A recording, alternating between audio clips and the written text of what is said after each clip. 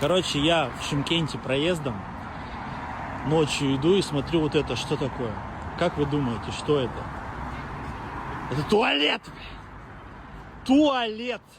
Вы помните, я как-то полгода назад снимал, туалет был крутой. Так вот, они пошли еще круче. Это вообще что такое? Я вам сейчас все покажу. Я вам сейчас покажу, что здесь происходит.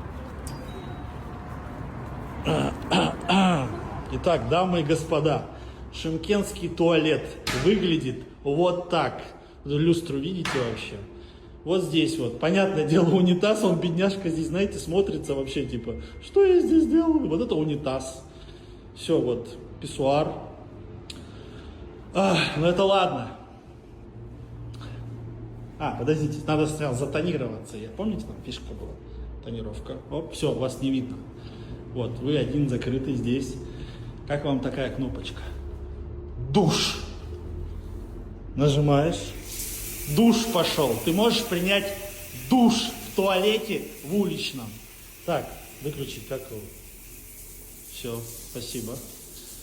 Понятное дело, да? То есть, типа, думаешь, вот я душ принял, и что дальше? А вот здесь вот высушиться можно.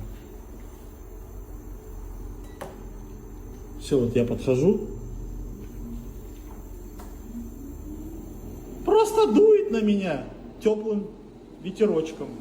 Вот, пожалуйста, фен. Вот здесь можно, ну вы поняли, да? Я не знаю, ребят. Это что происходит вообще? Шымкент, остановись, пожалуйста. И таких, как мне сказали, но не один, не два, их 6 таких туалетов по всему Шымкенту. Ну все, я ж в туалет хочу.